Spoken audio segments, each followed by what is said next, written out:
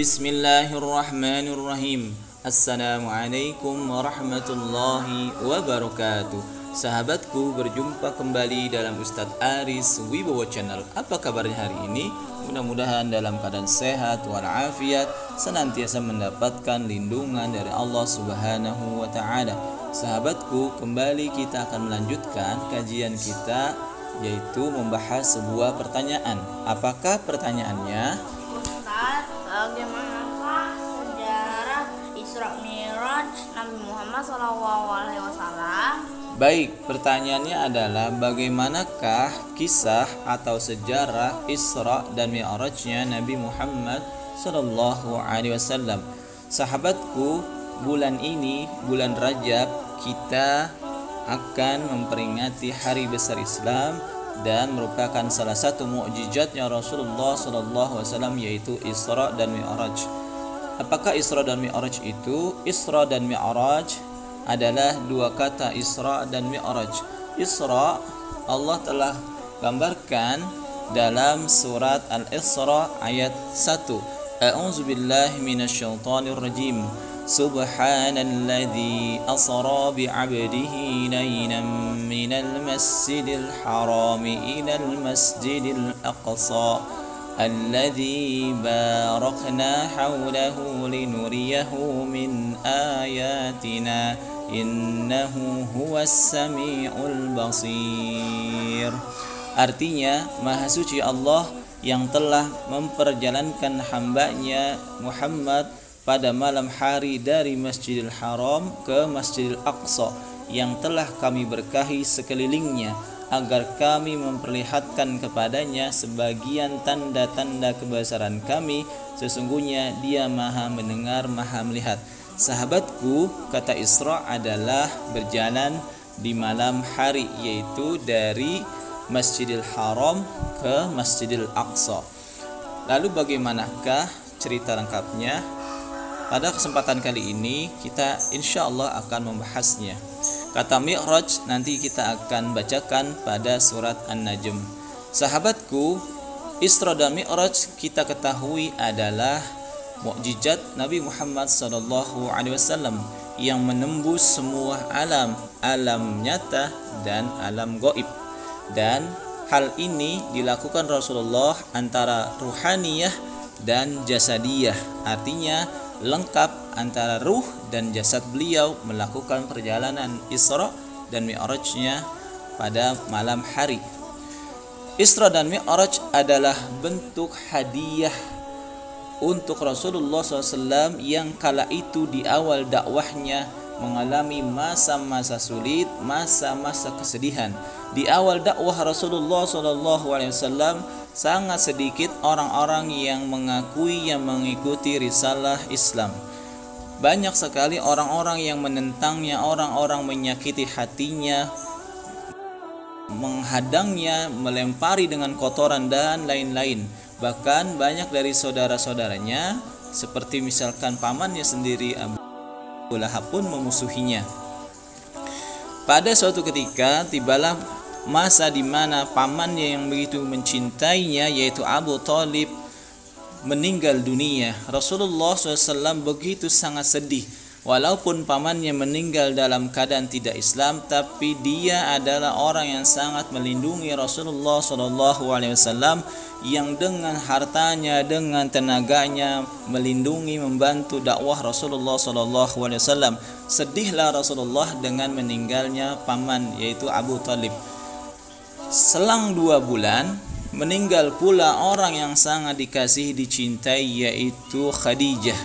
Khadijah adalah istri yang begitu menjadi panutan, yang membantu, yang memikirkan seluruh dakwah Rasulullah, baik dananya, fisiknya, tenaganya untuk kemenangan dakwah Islam, dakwah Rasulullah SAW.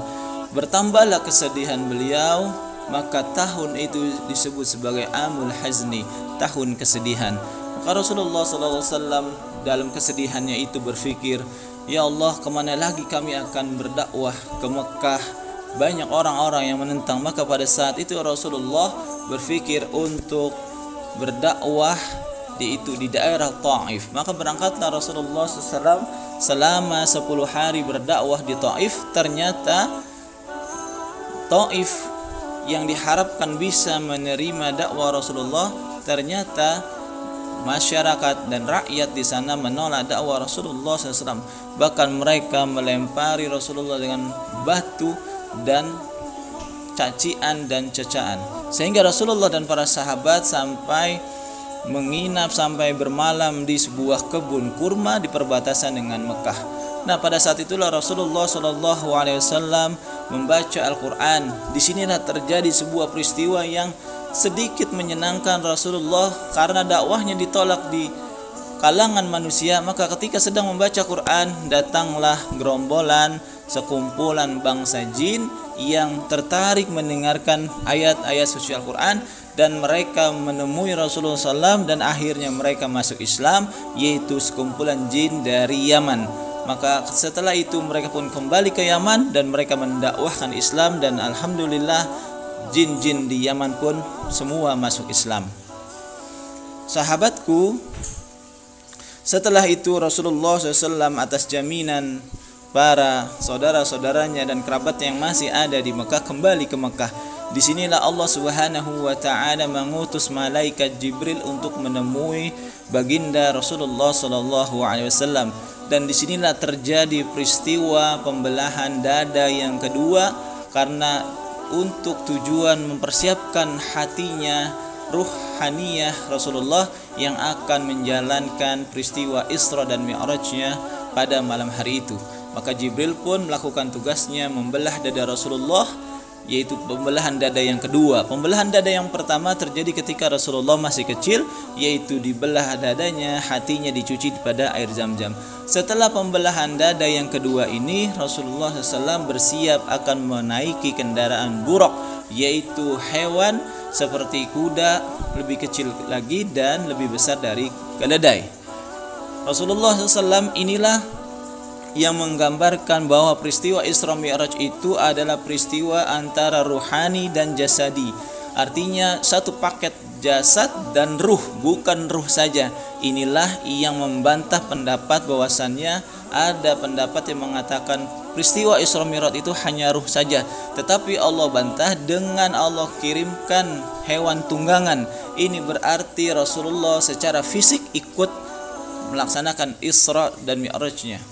Maka Rasulullah pun menghampiri buraq, yaitu seperti kuda, dan buraq pun belum pernah dinaiki Rasulullah. Maka naluri sebagai hewan dia pun sedikit menolak. Tapi malaikat Jibril sempat mengatakan, wahai buraq, tahukah kamu siapa yang akan menaikimu? Dialah Rasulullah SAW. Maka setelah itu buraq pun menunduk dan mempersilahkan Rasulullah SAW untuk menaikinya. Maka Rasulullah pun bertolak dari Masjidil Haram menuju Masjidil Aqsa. Ada pendapat yang mengatakan sebelum sampai Masjidil Aqsa, Rasulullah Shallallahu Alaihi Wasallam itu sempat singgah di Bukit Tursina, yaitu tempat Nabi Musa alaihissalam menerima wahyu dari Allah Subhanahu wa Ta'ala. Setelah sampai di Masjidil Aqsa, Rasulullah sebagai manusia bertawakal kepada Allah, berikhtiar dengan menambatkan, mengikat buraqnya di dekat tembok yang sekarang tembok itu dikenal dengan tembok ratapan bangsa Yahudi. Setelah sampai di Masjidil Aqsa, Rasulullah SAW secara rohani disambut oleh para nabi dan rasul, dan disitulah beliau memimpin salatnya para nabi dan rasul sebelumnya. Dan setelah itu malaikat Jibril menghidangkan dua jenis minuman, yaitu khamr dan susu. Pada saat itu khamr belum dihukumi sebagai minuman yang haram. Maka kalaupun Rasulullah memilih pada saat itu belum ada hukum haram. Tetapi Rasulullah secara fitrah akhirnya memilih susu. Susu yang menggambarkan sebuah kesucian, sebuah keputihan, putih bersih. Maka Rasulullah SAW pada saat itu Jibril mengatakan, wahai Rasulullah, benarlah engkau telah memilih sebuah kefitrahan, kesucian dalam diri manusia.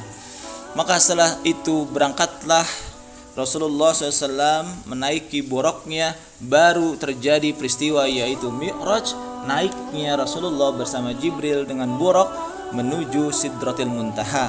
Di dalam Al-Quran surat An-Najm, Allah Subhanahu wa ta'ala berfirman, "Walaqad ra'ahu nazlatan ukhra 'inda sidratil muntaha."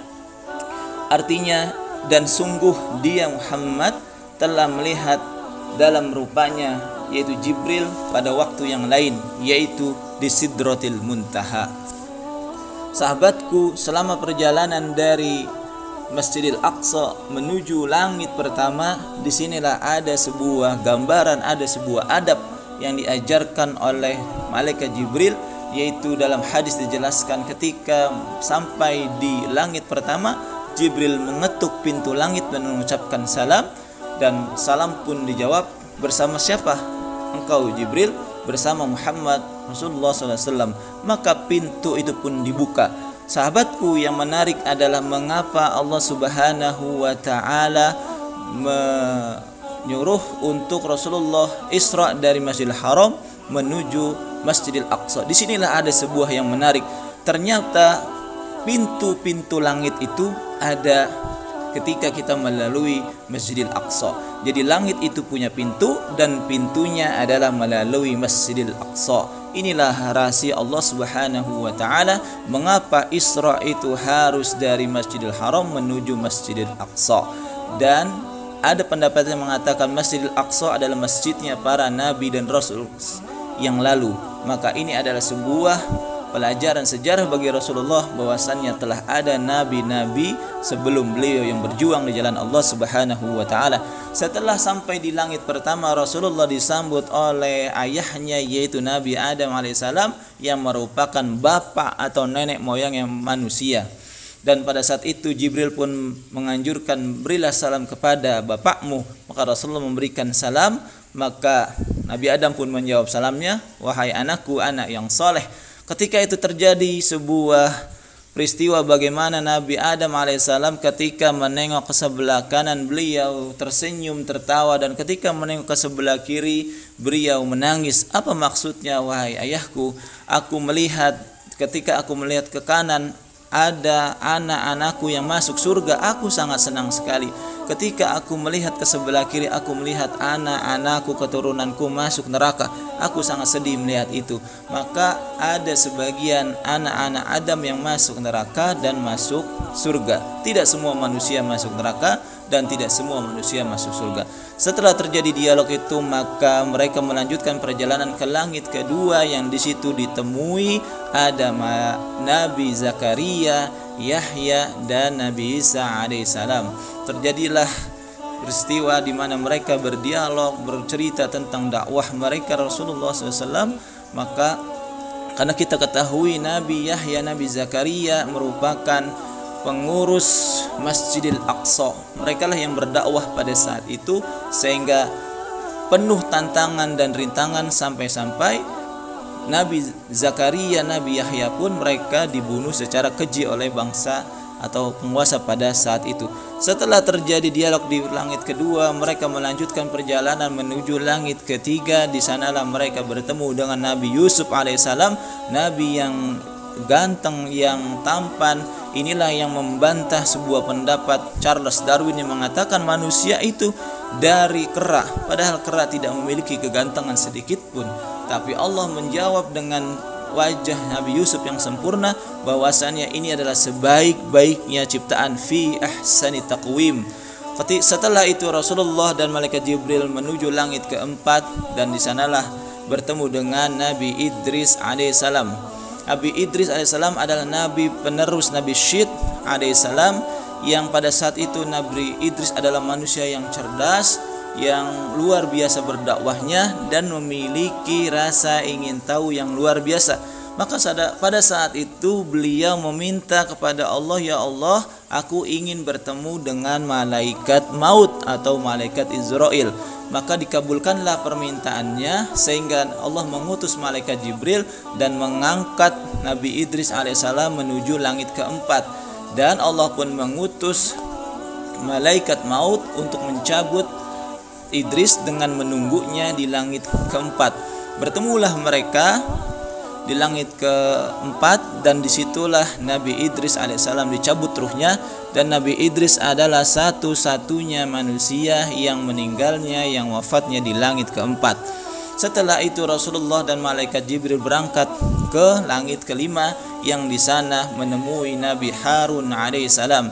Nabi Harun alaihissalam adalah kakak dari Nabi Musa alaihissalam, dan kenabian Nabi Harun merupakan salah satu dikabulnya doa adiknya, yaitu Nabi Musa alaihissalam, yang ketika berdakwah ke Fir'aun, Nabi Musa mengalami kesulitan untuk menyampaikan dakwahnya, dan dia melihat kakaknya adalah orang yang jago untuk berdiskusi, orator, ulung dan lain-lain, maka dia berdoa, ya Allah, jadikanlah saudaraku Harun menjadi pendamping dakwahku. Maka setelah itu Allah menjadikan Nabi Harun pun sebagai pejuang dakwah, menjadi nabinya Nabi Harun alaihissalam.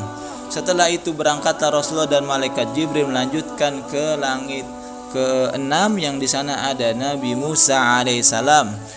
Terus lanjut sampai langit ke-7, maka bertemulah dengan kakeknya Nabi Muhammad SAW, yaitu Nabi Ibrahim alaihissalam, yang sedang bersandar di Baitul Ma'mur. Baitul Ma'mur adalah Ka'bahnya malaikat, yang diceritakan bahwasannya setiap hari ada malaikat yang keluar masuk sebanyak 70.000 malaikat yang keluar, yang terus berganti satu sama lainnya, maka tidak diketahui sebenarnya berapa banyak malaikat yang ada. Ka'bah adalah tawafnya para manusia, tapi Baitul Ma'mur adalah Ka'bahnya malaikat. Disitulah malaikat bertawaf setiap hari dan berganti jumlahnya. Sahabatku, setelah itu di langit ke-7 Rasulullah dan malaikat Jibril pun, dan disitulah menuju Sidratil Muntaha. Sidratil Muntaha adalah sidr, yang artinya pohon atau pohon bidara yang berkilauan seperti emas yang berkilau, dan muntaha adalah ujung pohon yang paling tinggi. Tapi sebelum itu Rasulullah SAW diajak malaikat Jibril untuk berkunjung ke surga. Setelah masuk mengunjungi surga, ternyata Rasulullah SAW mencium bau yang harum. Ya Jibril, harum apa ini? Lalu Jibril menjelaskan, inilah harum Maisitoh. Ya. Siapakah Maisitoh itu? Dia adalah tukang sisirnya Fir'aun, yang ketika itu sedang menyisirkan rambut anaknya Fir'aun, terjatuhlah sisirnya dan diambil. Dia mengucapkan bismillah. Lalu anak Fir'aun mendengar, apa yang kau ucapkan itu? Apakah itu maksudnya adalah ayahku? Maka setelah itu, bukan, itu adalah Tuhanku, Tuhanmu, dan Tuhan bapakmu. Setelah itu anak Fir'aun mengadukan kepada Fir'aun, maka Masyitoh dan anaknya pun dihukum, yaitu akan digoreng di minyak yang panas. Ketika itu anaknya pun diceburkan yang pertama, maka ada keraguan dalam diri Masyitoh untuk menceburkan dirinya. Maka disitulah terjadi mukjizat, yaitu anak yang kecil, yaitu anak Masyitoh mengatakan, wahai ibuku, sesungguhnya surga dan Allah telah menanti kita. Maka Masyitoh dan anak yang kecilnya, yang bayinya pun menceburkan dirinya ke dalam minyak goreng yang sangat panas. Bau sangit di dunia, tetapi Allah ganti harum semerbak di dalam surga. Setelah itu Rasulullah SAW juga mendengar seperti ada terompah atau sendal yang berjalan di surga. Maka dia bertanya kepada Jibril, wahai Jibril, suara apakah itu? Itulah suara sendal terompahnya Bilal, sahabatmu. Maka setelah itu Rasulullah SAW pun diajak berkunjung ke neraka, dan di neraka menyaksikan sebuah peristiwa, ada seseorang yang mencakar-cakar wajahnya. Maka dia bertanya kepada Jibril, wahai Jibril, apakah itu? Itu adalah orang-orang yang melakukan gibah, yang melakukan gosip sesama manusia. Gibah adalah membicarakan seseorang baik atau buruknya. Ketika dia menceritakan sebuah kebaikannya, tetapi ternyata orang itu tidak setuju, maka itu adalah bagian dari gibah, apalagi dia menceritakan sebuah keburukannya.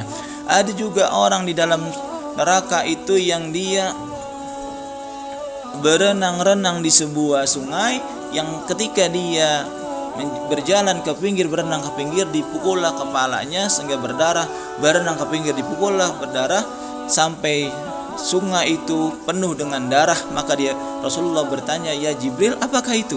Itulah orang-orang yang memakan riba selama hidupnya di dunia. Sahabatku, setelah peristiwa itu maka Rasulullah menuju Sidratul Muntaha untuk melanjutkan perjalanannya dan akan menerima sebuah perintah yang luar biasa.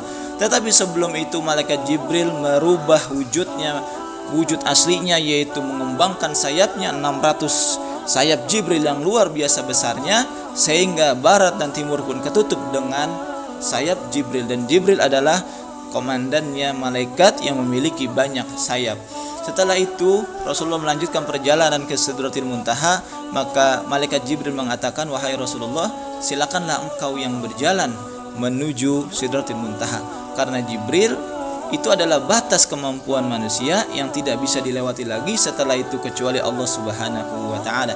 Maka disitulah Rasulullah melanjutkan perjalanannya dan langsung berdialog dengan Allah Subhanahu wa taala. Dan selain Nabi Musa alaihissalam yang bisa berdialog langsung dengan Allah adalah Nabi Muhammad sallallahu alaihi wasallam.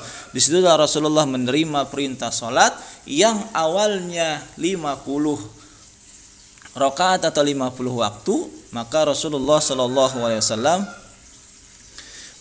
seketika kembali menuju langit ke-6. Di situ bertemu dengan Nabi Musa atas saran dari Nabi Musa alaihissalam. Maka Rasulullah kembali kepada Allah untuk menerima keringanan tentang salatnya. Sebenarnya sahabatku, Rasulullah pun ketika melakukan 50 itu Rasulullah bisa insyaallah, tetapi Rasulullah tidak mementingkan dirinya, tidak egois dalam ibadah. Beliau mementingkan umatnya. Mungkin umatku tidak akan mampu, maka Rasulullah pun meminta keringanan sampailah pada angka 5 waktu untuk menunaikan sholat. Setelah itu kembali Rasulullah dari langit ke 7, 6, 5 sampai langit pertama dengan dikawal para malaikat yang ada di langit, sehingga kembali ke Masjidil Aqsa. Di situ Rasulullah kembali memimpin sholatnya para malaikat dan sholatnya para nabi dan rasul sebelumnya. Ini merupakan sebuah ungkapan bahwasannya Rasulullah adalah wa khataman nabiyyin, para penutup para nabi. Di situlah semua nabi ikut sholat yang dipimpin oleh Rasulullah Shallallahu Alaihi Wasallam. Inilah yang menggambarkan bahwasannya ajaran Islam adalah ajaran paripurna yang menyempurnakan ajaran-ajaran nabi-nabi terdahulu. Setelah itu kembalilah Rasulullah SAW ke Mekah. Maka ketika sampailah sebelum subuh dan Rasulullah SAW terlihat sangat lelah. Setelah itu Rasulullah pergi ke Ka'bah. Disitulah bertemu dengan Abu Jahal. Abu Jahal melihat Rasulullah seperti ada yang ingin disampaikan. Maka Abu Jahal mengatakan, "Wahai Muhammad, apa yang ingin kau sampaikan?" Setelah itu Rasulullah menyampaikan apa yang dia alami kejadian tadi malam. Maka Abu Jahal tertawa dan dia menyarankan kepada Muhammad, "Wahai Muhammad, aku akan undang seluruh warga Mekah dan engkau ceritakan apa yang kau ceritakan kepadaku." Seakan-akan baik tapi punya niat untuk melecehkan Rasulullah sallallahu alaihi wasallam. Maka Abu Jahal pun berteriak-teriak memanggil para suku-suku di situ sehingga berkumpullah banyak orang termasuk orang-orang yang baru masuk Islam, dan Rasulullah bercerita. Setelah itu ternyata terjadi pelecehan, mereka mentertawakan Rasulullah, bahkan banyak yang mengatakan Rasulullah itu sudah gila. Bahkan orang-orang yang saat itu baru masuk Islam kembali murtad karena Rasulullah dianggap orang yang aneh, orang yang menyeleneh, yaitu melakukan perjalanan dari Masjidil Haram, Masjidil Aqsa hingga langit ke-7. Maka terjadilah pelecehan di situ, ditertawakan. Maka orang-orang kafir saat itu mengatakan, "Mana pendukung-pendukung Muhammad? Mana Abu Bakar?" Setelah itu ada yang mencari-cari Abu Bakar, bahwasannya temanmu Muhammad itu sedang ditertawakan oleh orang-orang kafir di sana. Maka pergilah Abu Bakar dan mengatakan, "Ya Rasulullah, apa yang terjadi? Percayakah engkau ketika aku menceritakan ini?" Maka apa yang dikatakan Abu Bakar sebuah yang luar biasa. Kata Abu Bakar, "Ya Rasulullah, andaikan engkau mengatakan sesuatu yang lebih dari itu, aku akan percaya." Maka disinilah disematkan nama As-Siddiq di belakang nama Abu Bakar, Abu Bakar As-Siddiq, bahwasannya beliau adalah yang membenarkan sebuah peristiwa yang saat itu orang mendustakan, tapi Abu Bakar benarkan dan peristiwa Isra dan Mi'rajnya, maka beliau dipanggil dengan Abu Bakar As-Siddiq, yaitu yang membenarkan. Maka kita sebagai umat Rasulullah SAW ketika itu bersumber dari Rasulullah, maka katakan ayyakulu sami'na wa ata'na. Sahabatku, pelajaran besar dalam peristiwa Isra Mi'raj adalah bagaimana kita untuk menjaga solat kita, solat yang diwajibkan di langit. Para malaikat pun melakukan solat, maka kita sebagai bentuk syukur kita, bentuk penghormatan kita kepada Rasulullah SAW yang memikirkan kita ketika menerima perintah solat, maka mulai hari ini, mulai dari kecil kita menjaga solat kita, solat jamaah kita di masjid. Mudah-mudahan kita bisa menjaga solat kita, karena solat adalah amalan yang pertama akan dihisab. Baik solatnya, baik amalan selanjutnya. Buruk solatnya, buruk amalan selanjutnya. Ya Allah, jadikanlah kami orang-orang yang bisa senantiasa menghargai jasa-jasa perjuangan para nabi dan melaksanakan apa yang menjadi sunnah-sunnah beliau. Amin, amin ya rabbal alamin. Sahabatku, itulah cerita singkat tentang Isra dan Mi'rajnya Nabi Muhammad sallallahu alaihi wasallam. Sahabatku, sampai sini dulu. Kita berjumpa lagi pada kesempatan yang lain. Sahabatku, jangan lupa untuk like, share, and subscribe channel ini. Wassalamualaikum warahmatullahi wabarakatuh.